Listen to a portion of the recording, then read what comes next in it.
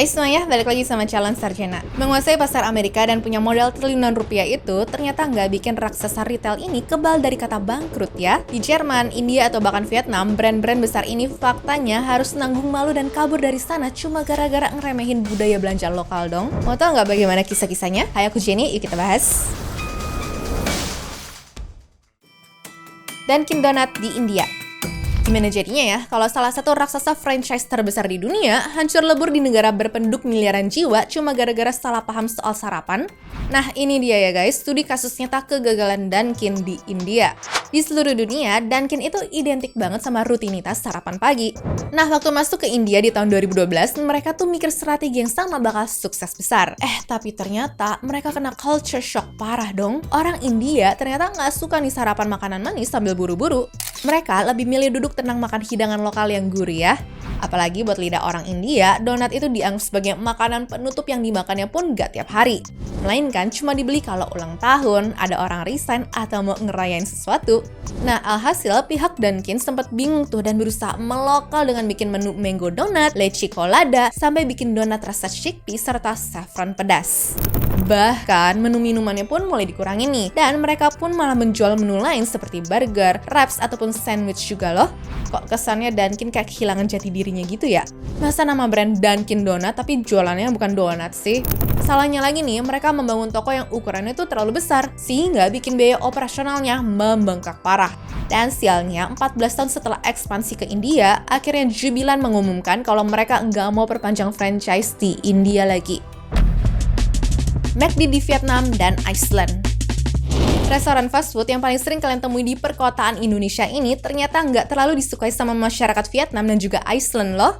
Jadi waktu McD buka toko pertamanya di Ho Chi Minh pada tahun 2014, sebenarnya warga lokal tuh antusias banget, bahkan sampai pada rela ngantri berjam-jam demi satu buah Big Mac doang ya.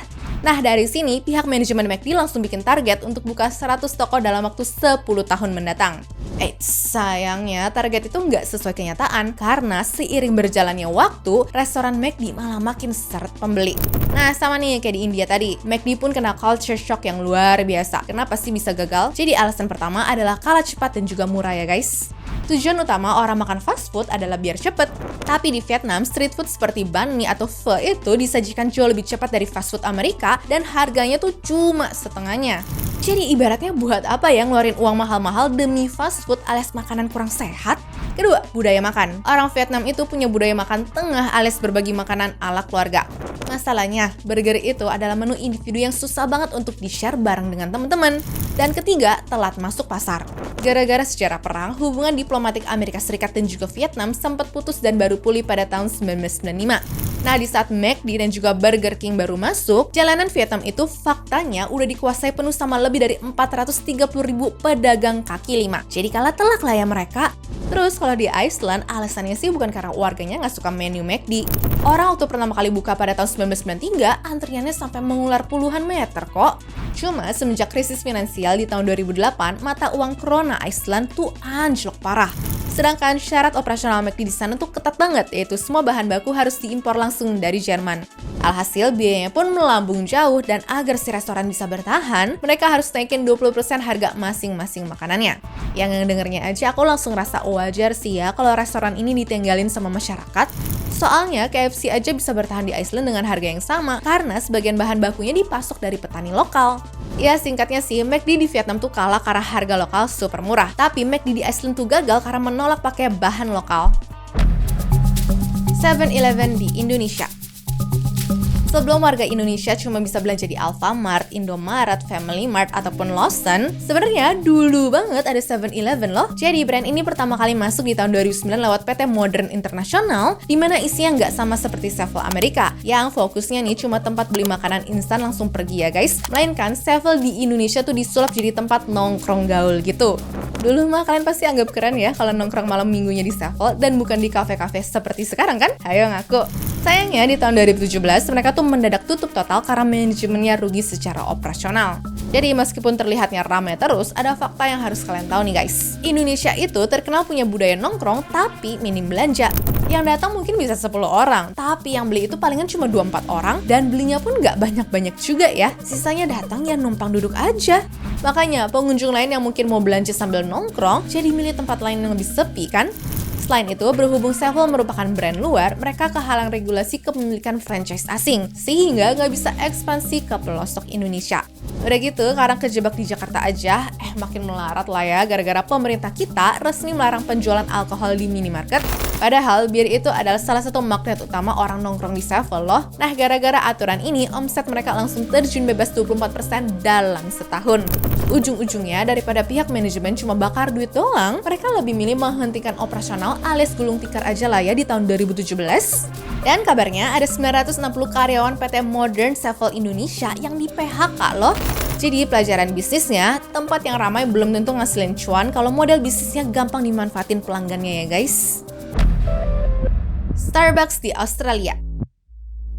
Dari 76 negara di dunia, seenggaknya Starbucks sudah punya 28.000 toko loh guys.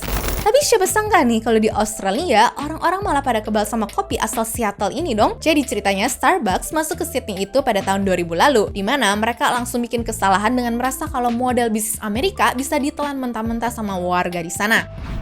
Ya tipikal barat banget gak sih? Ngerasa semena-mena sama orang yang bukan dari daerahnya gitu.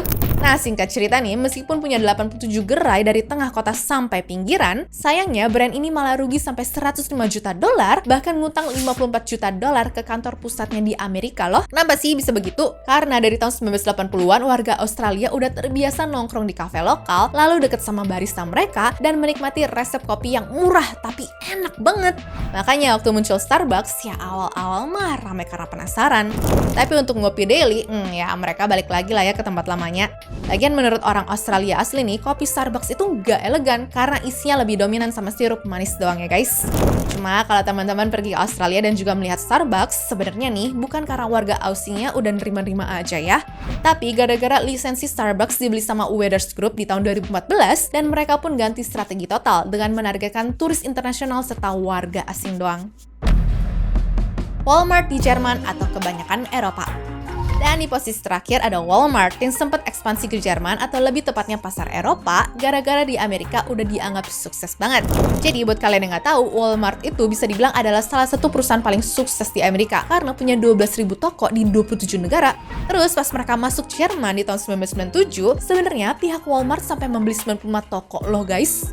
Nah sayangnya rencana ini malah apes banget karena selama 9 tahun mereka tuh terus-terusan rugi dan cuma bisa megang keuntungan 6-8% doang. Akhirnya di tahun 2006 Walmart pun nyerah total dan ngibarin bendera putih untuk menjual 85 tokonya ke pihak lawan, yaitu Metro. Ya kalau sekarang dipikir-pikir lagi nih, kayaknya Walmart gagal bersaing karena punya slogan Everyday Low Prices, sedangkan di Jerman mereka nggak bisa nurunin harga lebih rendah dari harga toko karena takut warga kelas bawah tuh nggak akan bisa hidup sama sekali ya.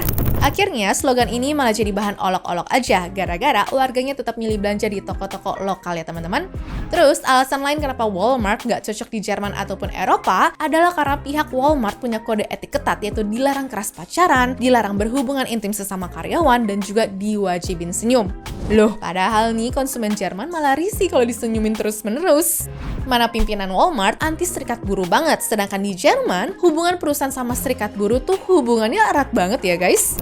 Dari sini sebenarnya udah kerasa banget kan kalau Walmart tuh nggak cocok sama negara Jerman bukan dari faktor harga aja, tapi dari faktor budaya juga ya teman-teman.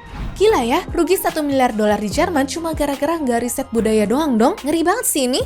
Anyways, cukup sampai di sini ya guys video hari ini. Sampai jumpa di video selanjutnya. Dah.